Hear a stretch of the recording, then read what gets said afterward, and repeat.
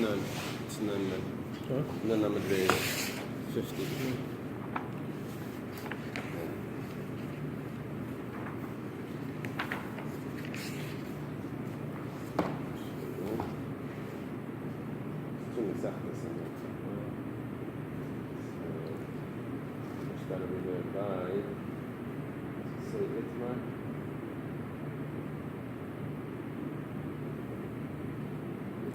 The bottom? Yeah.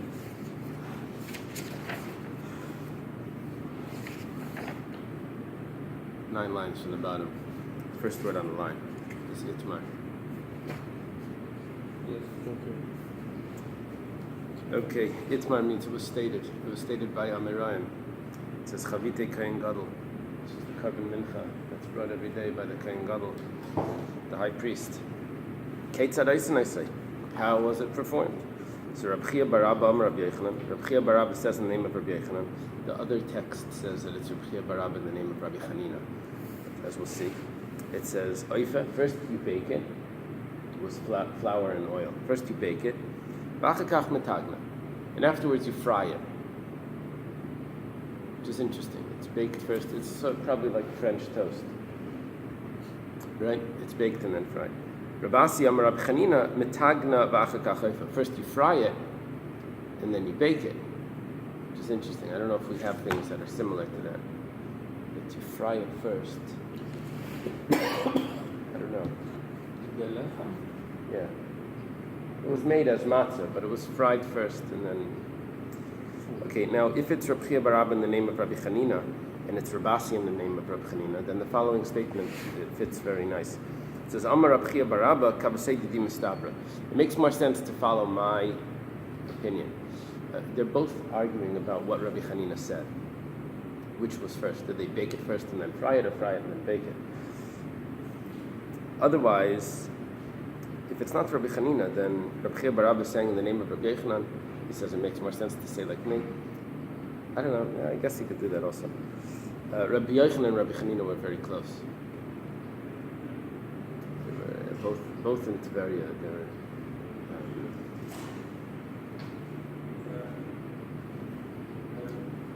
Rabbi Yochanan, I think, was a student of Rabbi Chanina.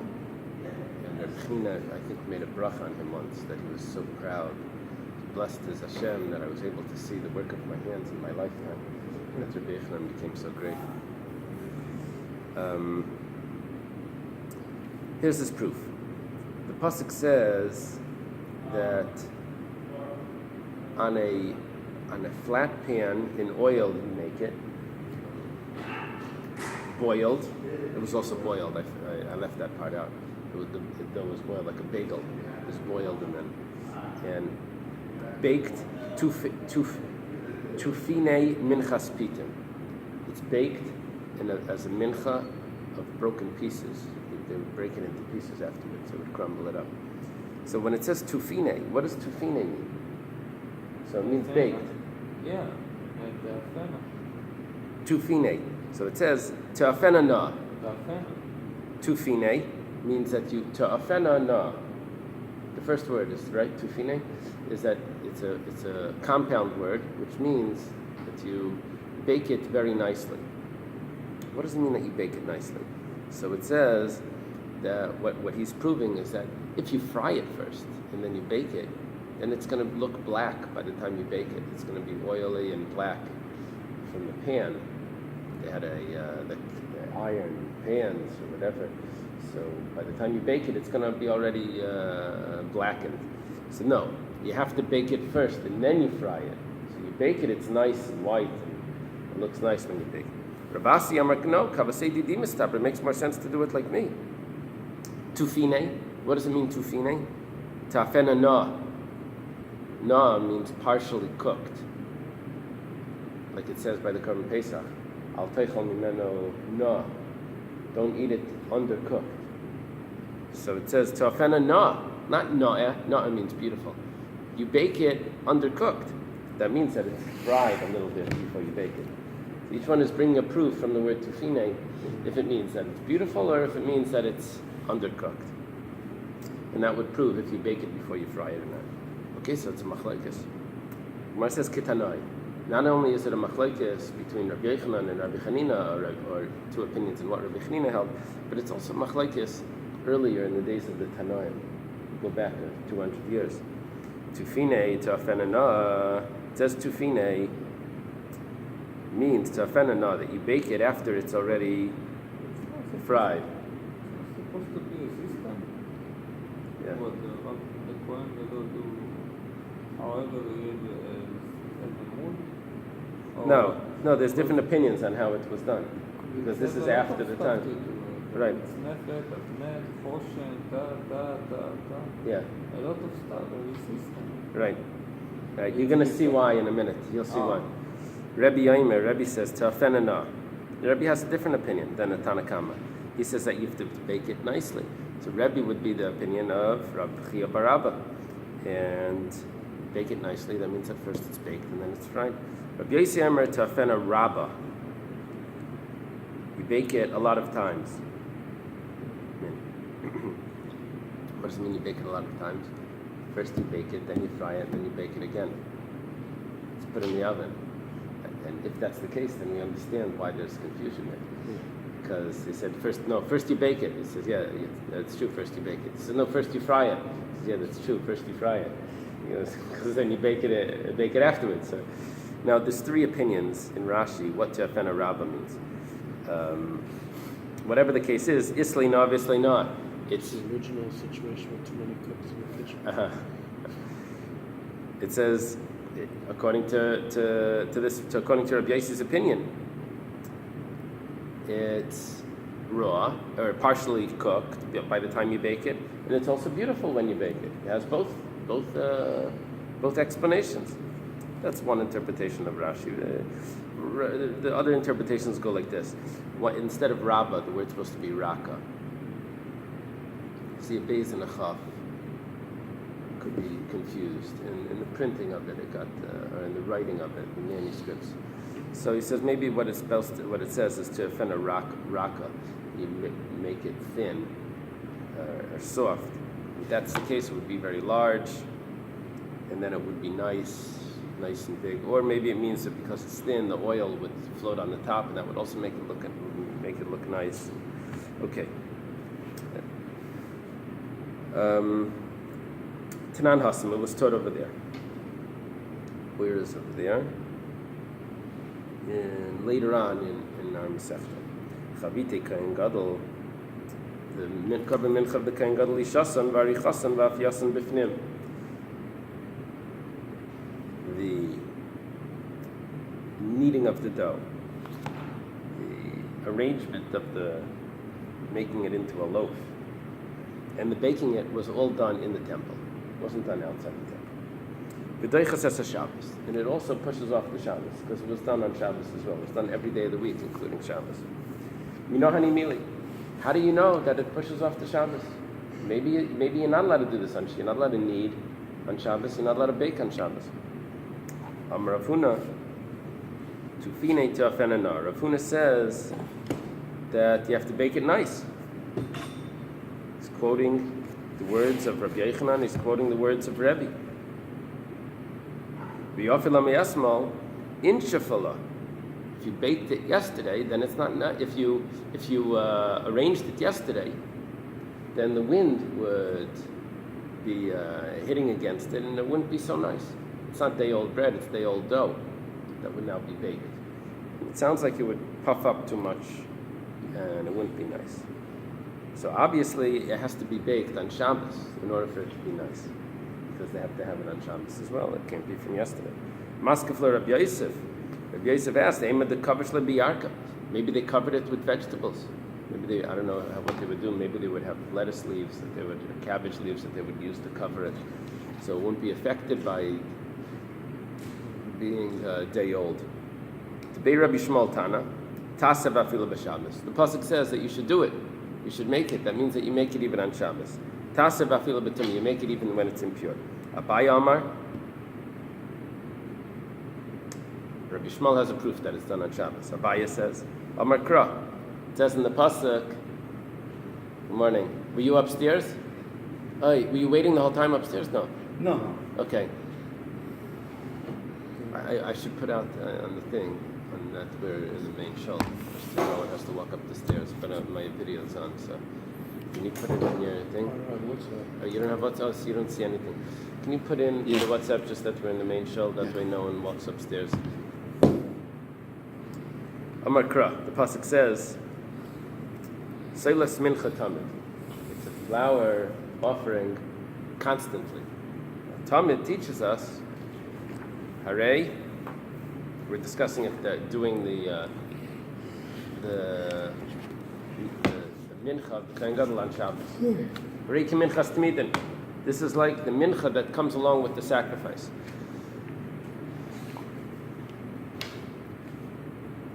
And just like that, the sacrifice, the carbon tamid sacrifice comes on Shabbos. And the flower comes along with it on Shabbos. So too, the Kohen Gadol also comes on Shabbos. It says the word tamid. Rav Amar, the last opinion, al machavas.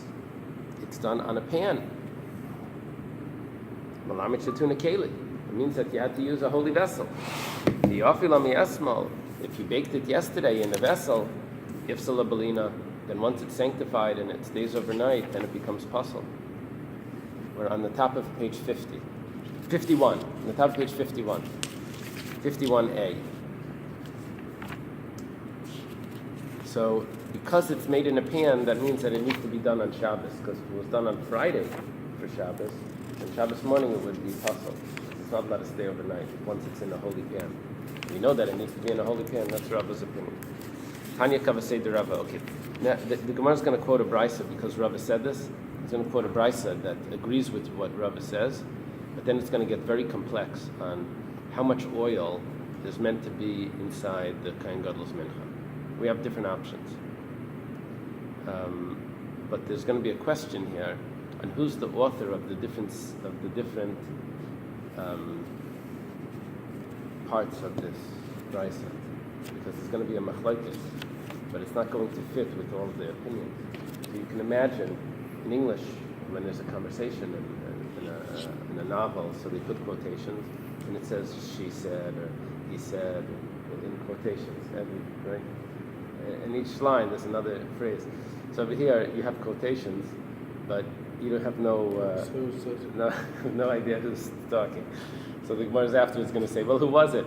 We'll have three opinions on who was the one that was talking and how it's going to fit. No, it just says, but no who. It doesn't say who. So we'll see how this works. Okay. I'm telling you because as you read it through, the Gemara is going to go back. I had to read it a few times to figure out what the issues were. Okay. Tanya Kavasei de Rava. We're going to show a Brisa.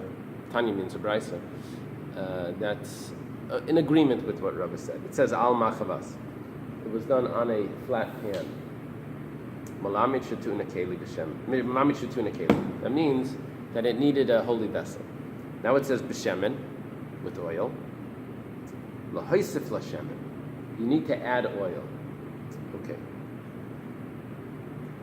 The following phrase may be a continuation of the first phrase. Yeah, this Ve'ini Yedea may be a continuation of the first phrase. Maybe a new person talking now. Ve'ini Yedea Kama, but I don't know how much oil. Harini done. So I'm going to do a comparison. Nemar kan shemen. Over here it says oil. V'nemar lahalon b'minchas nesachim shemen. It's supposed to be b'minchas. It could be minchas kvasim.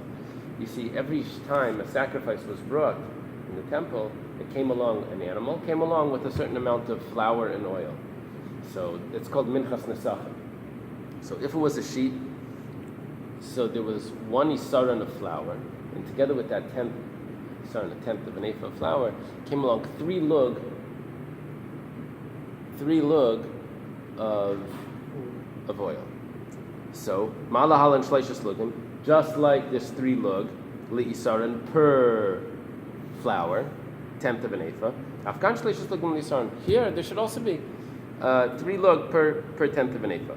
Like kalchal aderachzu, or go away from this approach. We need a different approach. Nemar kan shem, and it says over here oil by the mincha of the Kohen Gadol.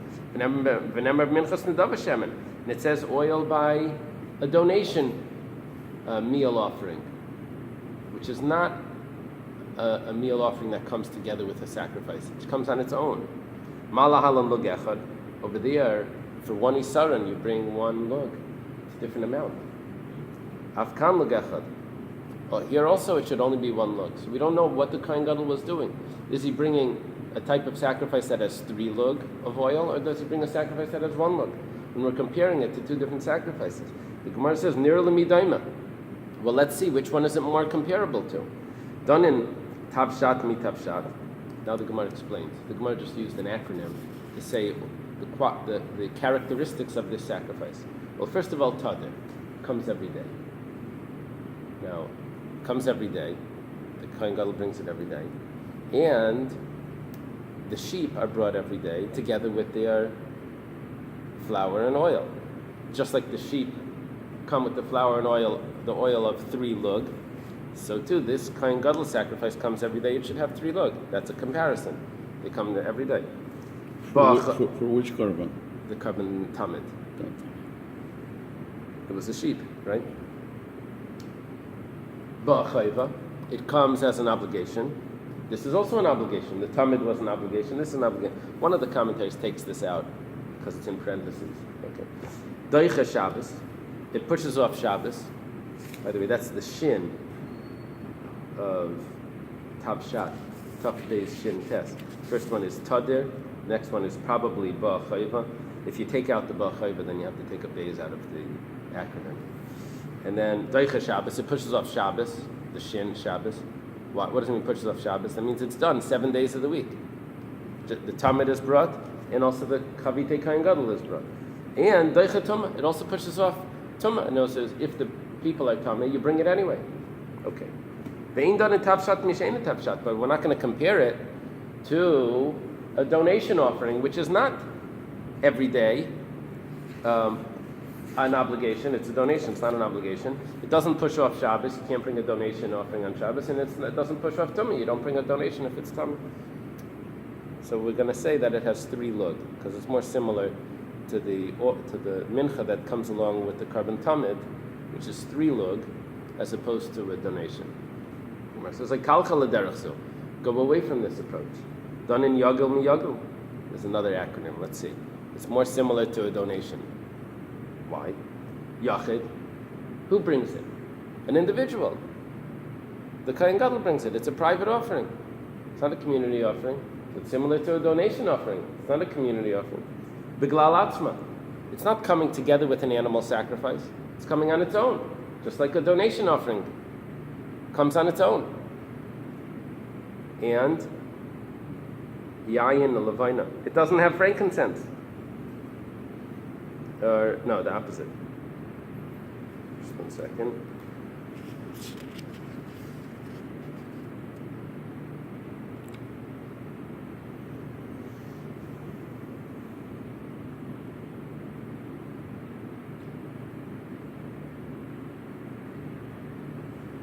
They take out the yayin, but they both require frankincense.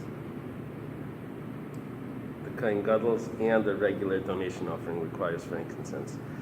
Ve'in done in yagil, misheini yagil, but I'm not going to compare the Kohen Gadol's offering, which is an individual that comes on its own and that requires frankincense, from a sacrifice that doesn't have these to a sacrifice that doesn't have these things. So therefore, it should only require 1 lug of oil. Okay. Now, what we just did was we said 2 things here. First thing is we said we need to add extra oil here because it says Bashemen. We need to add extra oil. We started off Bashemen, Lahis Shemen. Then we said we don't know how much oil. Do I compare it to this or do I compare it to that? Okay, those are the 2 things. Is it 1 lug or 3 lug? And now we say Rabbi Shmuel ben Aishor, Rabbi Yechon ben Breka Aimer, and now we have an opinion. Now, we don't know if this is the opinion before was Rabbi Shmuel's opinion. I think a lug is, I forget if it's 6 eggs in the size. A revius, what's a revius? Revius is a lug, I guess. When we say revius, which is like 3 ounces, huh? Like a cheekful? A cheekful is the majority of a revius. We say a revius is about 3 ounces.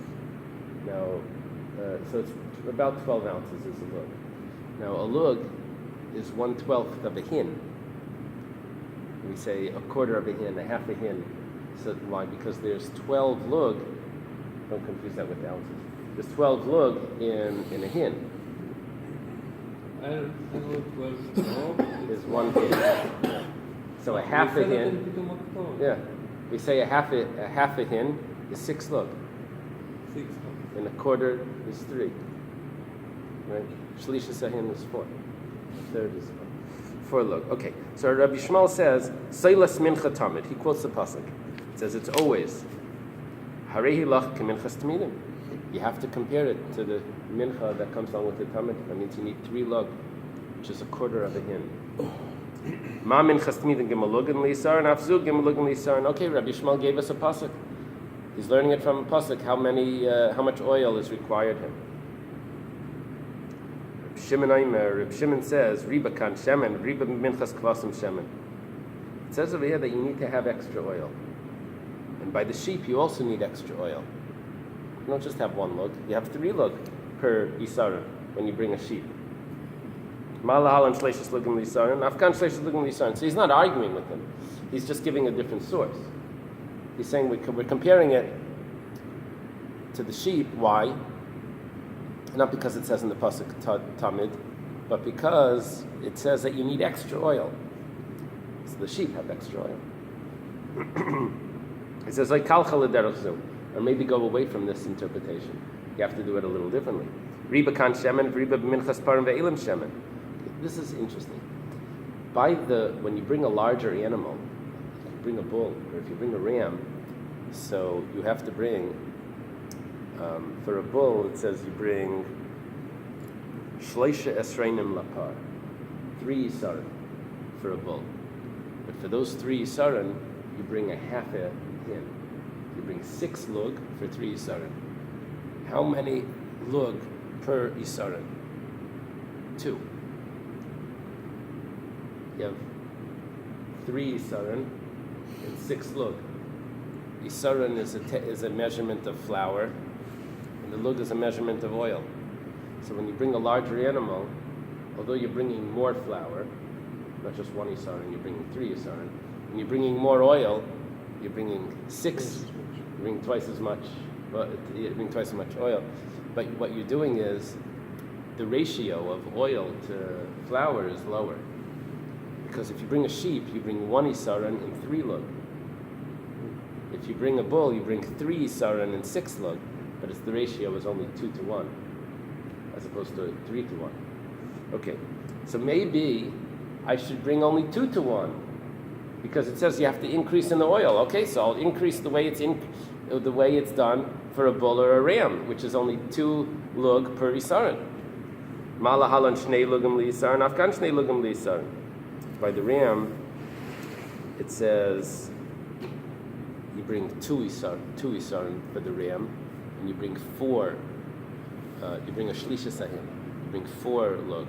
So again, it's only 2 to 1. So it says nira l'midaima. Let's see which one it's similar to. Done in mincha haba isarin, mincha haba isarin, they done mincha haba isarin, mincha haba Bais v'gimel israinim. We're going to need to compare it to a mincha that only comes as 1 isarin. Which one is that? The sheep. Because the bull and the ram come 2 isarin or 3 isarin. So we're going to compare the Kohen Gadol's his offering, the mincha offering, Chavite Kohen Gadol, which is 1 isaran of flour, 1/10 of an ephah of flour. 1/10 of an ephah is 53 in a 5th eggs, I think, right? It's the amount that we use to when we take challah. That's the amount. That's an isaran. So you compare an isaran of the Kohen Gadol to the isaran of the sheep, which is 3 lug of oil per isaran. Okay, the Gemara now asks, Sagufa Kasha. This whole thing was contradictory. You started off saying that you have to increase oil. Amrit b'shemen l'haisif l'shemen. It says you need to increase oil. V'hadetani, and then you went back and you said, Nemar kan shemen v'nemar v'minchas nedava shemen. It says that you're trying to learn that you only have one lug of oil, because over here it says one lug, over here it says oil, and over there by a donation offering it's only one lug of oil. That means you're trying to discuss if there's only the minimal amount of oil. That was one of the options. But you started off saying that you have to increase oil. So how do you then just say that you're going to use the minimal amount, which is a lug? So we're going to have to say that there was a different opinion that was in there. You started off with one opinion that says you have to increase oil, and then when it discussed, do you compare it to this, where there's only one lug? Do you compare it to this, where there's three? That had to be a different opinion. Amar Abaya, man tana b'shemen lo'isiv. Who was the opinion that says that you have to increase in the oil? That's Reb Shimon. That was the last opinion in the Brisa that says we have to increase. Ubedina man kamahader. And when it says, well, let's do a comparison, who was the one that's talking there? Rabbi Yishmael. That's Rabbi Yishmael that's discussing that. In Rabbi Yishmael's opinion, that he says that in the end we learn it from a pasuk, he doesn't learn from any increase of oil. He just says, well, let's try to compare it to something. So he doesn't hold at the increasing oil. Oh, you're going to compare it. So then you compare it to the minimal, or you compare it to the three. Okay. We've explained the Brisa that who's talking when it says Ve'ini Yidei Kama, that's Rabbi Yishmael talking. Rav Huna Breder Rabbi Yeshua Amar, this is later. Rav Huna Breder Rabbi Yeshua is a generation after Rabbi and Rabbi. He says, Kula Rabbi Yishmael b'nei shel Rabbi Yochanan ben Breiti. The entire thing is all Rabbi Yishmael. Even the first statement that says Bashemen, V'achi Kamar, Bashemen leisav l'shemen. It says that even when it says oil, you have to increase oil. That's also Rabbi Yishmael, not Rabbi Shimon's opinion. The two opinions, Rabbi Yishmael and Rabbi Shimon. Because if it's just going to have the basic amount of oil, then I don't need the pasuk. Why? So I'm going to compare it to a minchas machavas. Or maybe no, maybe it is giving me the just minimal amount of oil. Because if it wouldn't have given me the minimal amount of oil, I would have thought that even though it's brought in a pan, I would have no oil. What Rav Huna Breder Rabbi Yeshua is doing here is he's explaining how even though you have to increase oil, maybe you still only have the minimal amount of oil. And that's how the Brisa could flow. You could read the Brisa through, even though you already have the answer, that you need to increase oil, but you can still have the discussion that follows the answer of how much oil do you need to add, possibly only the minimal amount. That's what he just did. It goes back and it says that if it's going to give me the minimal amount of oil, then I can learn it from a comparison. V'don dina, we do the comparison, but the comparison doesn't help because I can compare it to this, I can compare it to that. And then I use a pasuk that says that it's flour of a mincha every day. To the Messiah Rabbi Yishmael Milsa, as Rabbi Yishmael concluded that he uses a pasuk, he can't learn it from the comparisons. Rabbi Amar Kula Reb Shimon. Rabbi says the whole thing is Reb Shimon.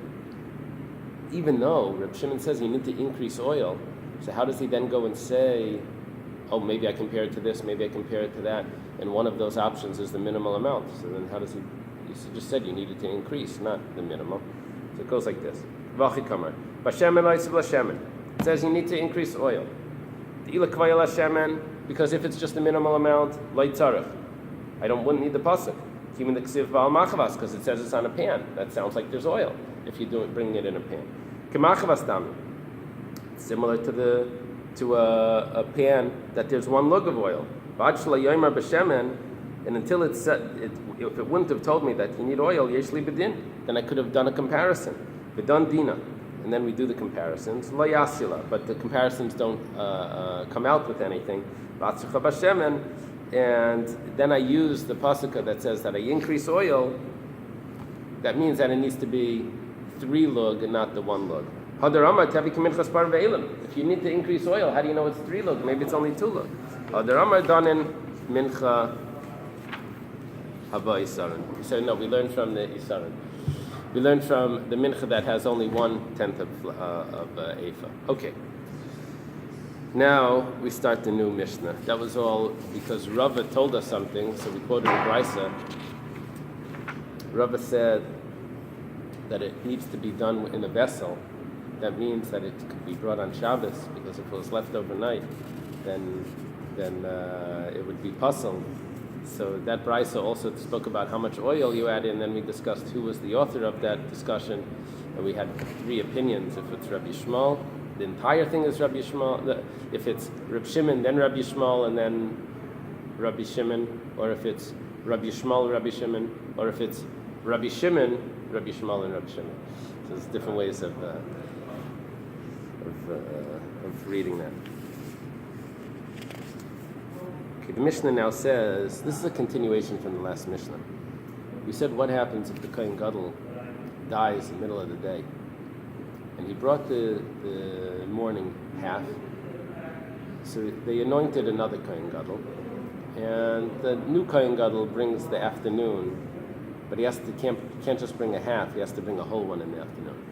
What happens if they don't have their, it's not so simple who's going to be the new Kohen Gadol? You don't have someone available or whatever, there's going to be a board meeting and they're going to decide, and so what do they do that afternoon when they need a Kohen Gadol to bring the mincha there? So, Lo minu Kohen acher tachta. If they didn't appoint another Kohen, so Mishal mi ha'sekreva. So who would bring the offering? Who would it fall on? Reb Shimon and Mishal Tzibur. Reb Shimon says community. Community sends the offering. Reb Yehuda and Mishal Yarshim. Reb Yehuda says no. It's all the inheritors of the Kohen Gadol. It has to come from his property. But whatever the case is, it was brought. Maybe this is Rabbi Yehuda's opinion. It was brought whole, not half.